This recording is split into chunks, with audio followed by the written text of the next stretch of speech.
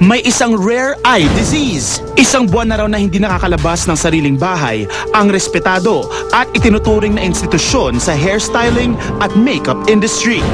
Ang dahilan, natuklasan ng kanyang mga doktor na meron siyang tinatawag na reading eyes epilepsy. Isang rare eye disease kung saan umikot ang paningin ng isang tao kapag siya'y nagbabasa. Sinasabing rare ang naturang sakit dahil di umano'y 53 tao pa lang sa buong mundo ang may ganitong karamdaman. Paano nga ba ito haharapin ni Mother Ricky? Lalo pat di umano'y maaaring makaapekto ito sa kanyang napiling propesyon.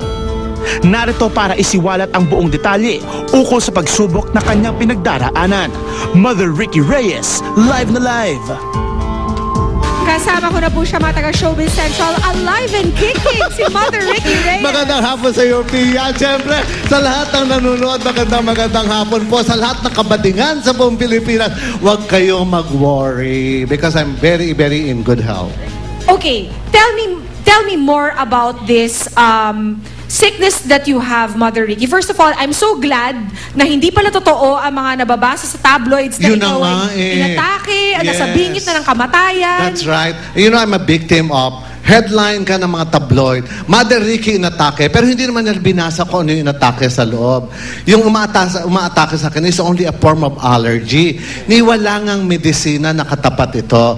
What is important is I should learn how to manage myself. Okay, first of all, bigyan linaw po muna natin. Okay. Kung ano po itong karamdaman na meron kayo. It's called reading eye epilepsy. That's right.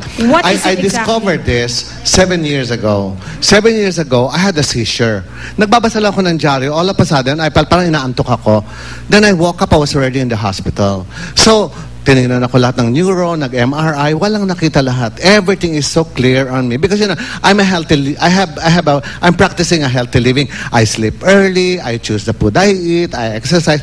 Talaga kumaga ang buhay, maganda ang takbo ng buhay ko.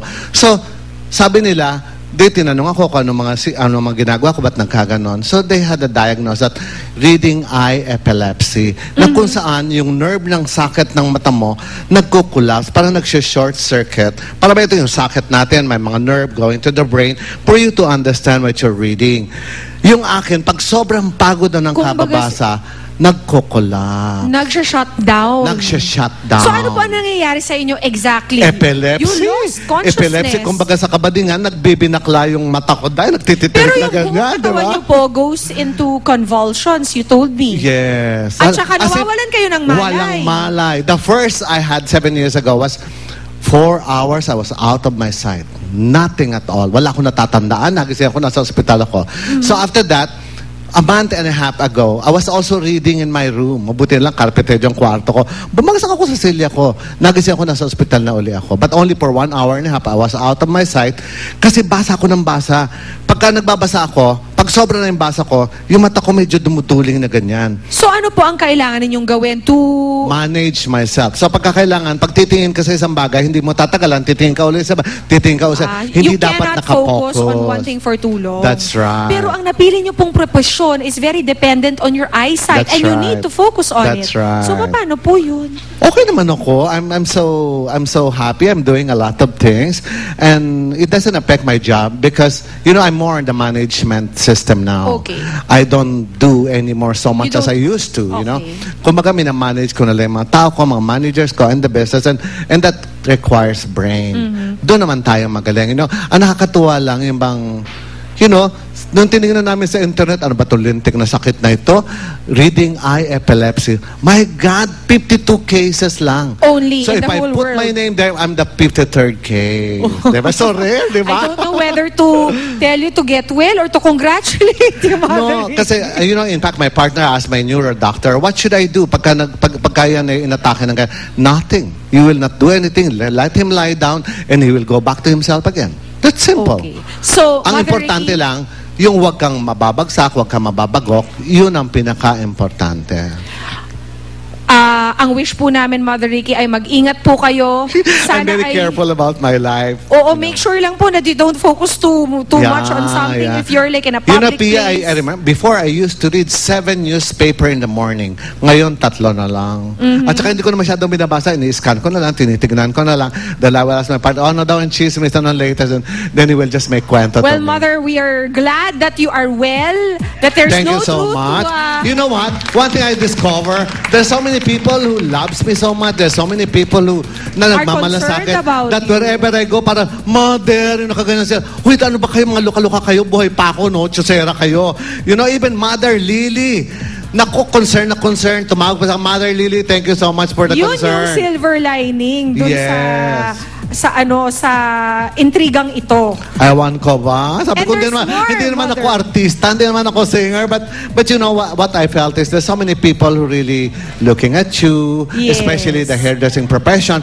Sa lahat ng mga hairdresser na nanonood, talagang sila ang nawo-worry para sa akin. You know what? I had a visitor the other day. At alam ko po, meron pa po kayong ibang magandang balita. Ang dami-dami. Like on May 18, we will have a national event ng lahat ng hairdressers sa Phil Trade Center of the Philippines na kung saan bukas may briefing na kami sa aking school, sa Ricky Reyes Learning Institute in Okay. Quiapo. Then I also have a series of gandang seminar. Ito naman yung personal mismo, ako ang magtuturo. Okay. Because you know, as much as we have time in this world, this is what I always tell a lot of people. Continue learning. You should learn how to transfer your technology to a lot of people so we can help a lot of people Tama. too. Diba? Okay, so Kel, saan po namin makikita yung Again, schedule of makipag-ugnayan lang po activities? sa lahat ng Ricky Reyes Learning Institute, sa lahat po ng opisyalis ng PhilHair Co-op. I have a seminar coming May, August, October, and November. And in between the months, there would be, my creative team will also do teaching. At ito, libre ang lunch, libre ang merienda, lahat-lahat, para matuto naman ng maraming tao magkaroon ng hanap buhay. We commend you on that, Mother Ricky. Napaka-tireless niyo po sa pagtuturo sa iba. And we're so happy to see you well. Pia, I always tell a lot of people, ikaw nandiyan ka na sa estado mo. What else will you do in life? What good can you Diba? do with what you have? What else will you do in life? Tama Like po ko yan. sinasabi, no? We are 92 million Filipinos. Kung ang bawat isang Pilipino lang tutulong sa isang kapwa Pilipino, walang mahirap na Pilipino. Diba? And that's what I always tell everyone, you know? Hindi God yung puro, bless you, hindi yung Mother puro Ricky. chismisan, puro daldalan. Oo nga Kailangan naman. tulong tayo ng tulong sa kapwa. Maraming salamat, Mother Ricky. My pleasure, Pia. At maraming salamat din sa House of Abaji. It's worth it because it works. At kay Avel Bacudio for my gorgeous outfit. Thank you, Avel. At sa pagbabalik po ng Showbiz Central, bakit nga ba naging emosyonal si Bossing Vic Soto sa kanyang birthday celebration? At tutukan mo yan, Mother Ricky. At si Bebong at si Jolina Magdangal nagkita muli after 2 years. No kidding. Naging awkward daw. Bakit naman? Dapat yung mga past relationship hindi awkward. Dapat we should always hello to each and everyone. I had good time with you. Nanggaling Diba? na kay Mother Ricky sa pagbabalik yan ng Showbiz Central. Central.